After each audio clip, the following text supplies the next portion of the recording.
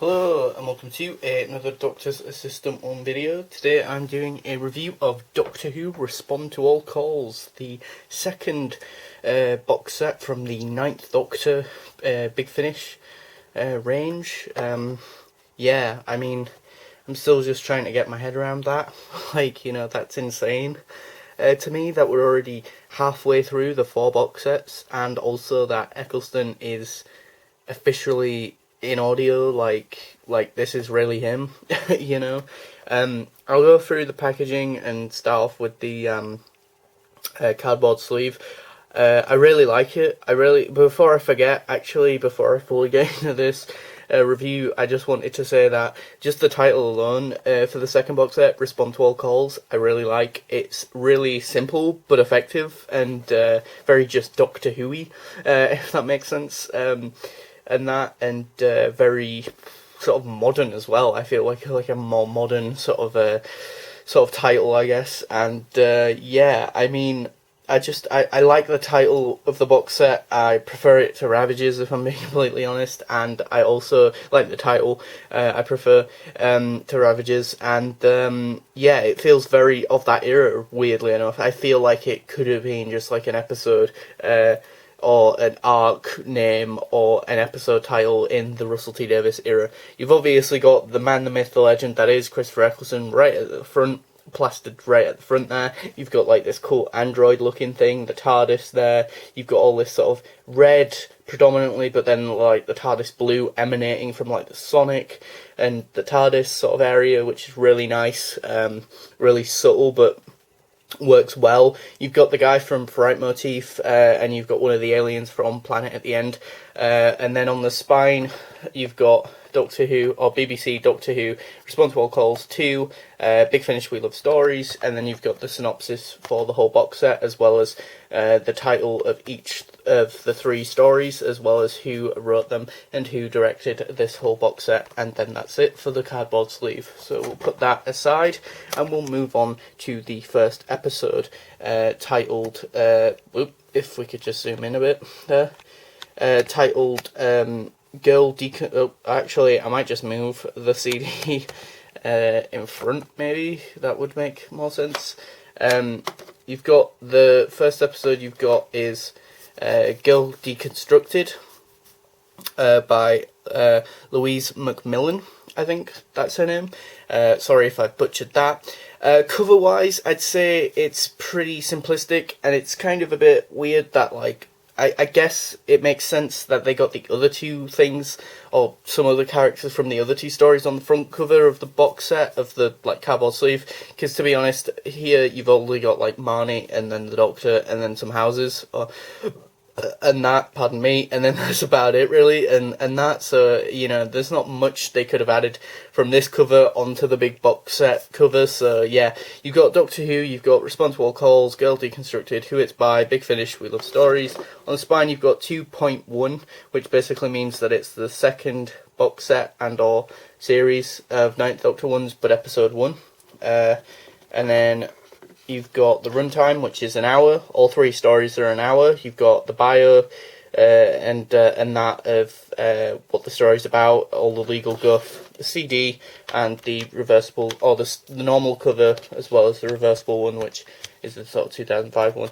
And then when you remove the cover, you've got an advertisement for Dalek Universe, 1 and 2 presumably. Girl Deconstructed, I really enjoyed, and I've just remembered I don't have any notes for this review. Great. I'll probably write scores for this review. I'll probably write them down like in a minute. But I've listened to Girl Deconstructed twice, which should tell you how much I enjoyed this Big Finish audio, because it is a very rare thing for me to listen to Big Finish a second time, like a Big Finish audio, and that's not because I don't like them. It's more just a case of it's more just a case of there's so much Doctor Who Big Finish that I don't constantly get new ones, but like the fact that there's so much new that it's difficult to then justify going back, if that makes sense. But yeah, in this case, I went back, I listened to it a second time, and I still really enjoyed it. I enjoyed it, of course, a little bit less, but not a lot less, Eccleston brings in a brilliant performance. You can tell he really enjoys the script and the wittiness, or the sort of domesticness of it, but mixed with some of the sci-fi stuff. The girl who plays Marnie is absolutely phenomenal. I think she is doing a lot with, like, what could otherwise be a character she could have just phoned in, or just sort of just sort of phoned it in, or just sort of kind of not done a lot with, but she gives it a lot of layers, a lot of nuance, a lot of layers, a lot of depth. I really love Marnie as a character. I love Detective Jana Lee, and that the police officer, she's brilliant, she's great. I feel like these characters are rich and real, and that, like, I've just stepped in partway through one of their normal days, if that makes sense. Like I don't feel like they were just written for this one story. I feel like they've been part of, like, Doctor Who forever, which is kind of weird to say out loud. But yeah, I like the dynamic between her dad, or Marnie and her dad, and that it's you can tell that this sort of story was written during the pandemic. It's very much about some of the themes that could be brought up via us having to go through a pandemic. But if you're worried that it's like a Jodie Whittaker bash your head over with a steel chair about it, this is not like that. It's very of the Russell T Davies era. It's a lot more toned down, a lot more subtle, a lot more sort of the messages are a bit more, as I say, quite a lot more subtle and a lot more in the background. Again, Eccleston's phenomenal. There's a little bit of timey-wiminess, not much, but a little bit of comedy. There's the there's a reference to Stranded. Not that I've listened to any of Stranded, but for anyone who's a massive Eighth Doctor fan and Stranded fan, there's a little reference there. What else? The sound design throughout all three of these episodes are phenomenal. The music, the sound quality, the pacing, and that, again, it's an hour-long story. It just goes by bang, bang, bang, bang, bang, bang, bang. It just goes by so quick. And it feels so simple but effective, and in that sense, it's a really good, nice story. Not every story has to be a massive, Heaven Sent, or a Genesis of the Daleks, or Remembrance of the Daleks, or The Five Doctors, or Day of the Doctor, or a big The Timeless Children episode, or Scherzo, or like a Zagreus sort of story. It's nice to sometimes have it's not filler by any means, I don't feel like, but it's just, I don't know, it's just a fun, nice story, I felt like. Kind of reminds me of Series 2's episode Fear Her, but before you think that that's a bad thing, this is like Fear Her, but if it was done really well with the Ninth Doctor. And if that sounds interesting to you, I highly recommend Girl Deconstructed. I'd give this episode a 9 out of 10. That's how much I really enjoyed it. Then you move on to Tim Foley, I think. Again, sorry if I'm butchering any of the people who did these stories, their names, but are butchered. Sorry about that. I'm dyslexic, so yay. You've got the TARDIS there, you've got Paris, you've got the snowy effect there, you've got this woman there, this guy there, and then obviously the man, the myth, the legend, the Ninth Doctor, played by Christopher Eccleston. You've got Doctor Who, Response to All Calls, Fright Motif, Who It's By, Big Finish, We Love Stories, there's the red eminent thing coming out there. Doctor Who, Fright Motif, 2.2, Big Finish, We Love Stories. The bio on the back, the runtime, which again is an hour, the disc, and the Jodie Whittaker logo, and that. Moving on to Fright Motif, what did I think of this one? I think this time it's a historical. Previously we were in Dundee with other than Eccleston, a completely Scottish cast, which might be a first for a Big Finish audio, I'm not sure, set in 2004. This one's set in the past, around I want to say 1950s, 1960s, Paris, France, so after the war, I'm pretty sure, and that, so, yeah, and it's about jazz, and it's about music, and it's about mental health and that. And I commend the story for tackling a very heavy topic. I commend any form of media, whether it be comics, video games, TV shows, film, or in this case, Big Finish Audios, for tackling such a big topic that affects a lot of people, that probably doesn't get as much attention as it should, or if it does, it's sometimes mismanaged. I'm not saying that it is here by any means. Eccleston is still really good here, and I feel like this is his version of Dark Eyes, in so much as McGann suggested, I'd love to do Paul McGann's Eighth Doctor, Paul McGann, who played the Eighth Doctor, suggested to Big Finish, I love World War One, World War Two era of history. I'd love to do that would be really cool to go there sometime in the part, or as the Doctor. And then they kind of did Dark Eyes for him as a thank you for everything he'd done, sort of thing, almost, I feel like. And this is like that because, Eccleston has not shied away whenever people ask him at conventions, what's your type of favourite music? And he always says, like, the sort of Caribbean-y sort of Bob Marley stuff, but also the sort of black jazz scene in the sort of 1940s, 1960s sort of era of American sort of black jazz sort of era, and this is based around that sort of thing.